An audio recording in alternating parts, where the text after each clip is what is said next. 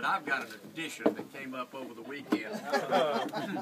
Some of you have heard my story about coming back up I-75 2 years ago during the session, and I was trying to get back to the Capitol for a meeting, and it was right around lunchtime. I hadn't had anything to eat, so we pulled into McDonald's.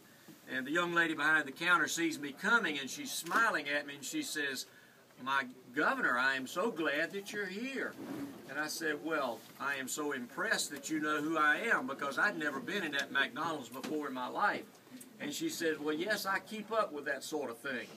And I said, "Well, I am very impressed that you do that." Well, another young lady behind the counter hears this conversation. She leans over to the first one and she says, "Who is that?" She says, "Governor Perdue."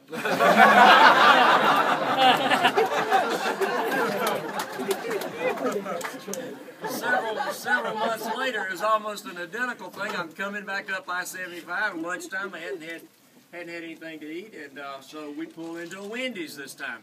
We're well inside the city limits of Atlanta at this point. And so I go up to the counter, and the young lady, she's smiling at me, but she doesn't say anything.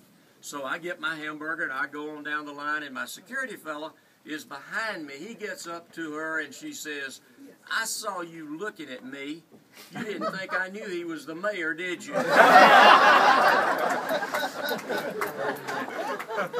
then I had one Friday. I was on my way up to our cabin up in Habersham County. We stopped at a little farmer's market area, and Sandra wanted me to buy some apples. So we had this little sack of apples, and I was at the checkout counter there going out to pay for my apples. And this big guy, you can tell he was from the mountains of North Georgia. He's sort of gruff looking, and he comes up beside me, and I thought he said Ray, but he says, "You're Ray Barnes, aren't you?" And he was obviously trying to say Roy, but I thought he said Ray, so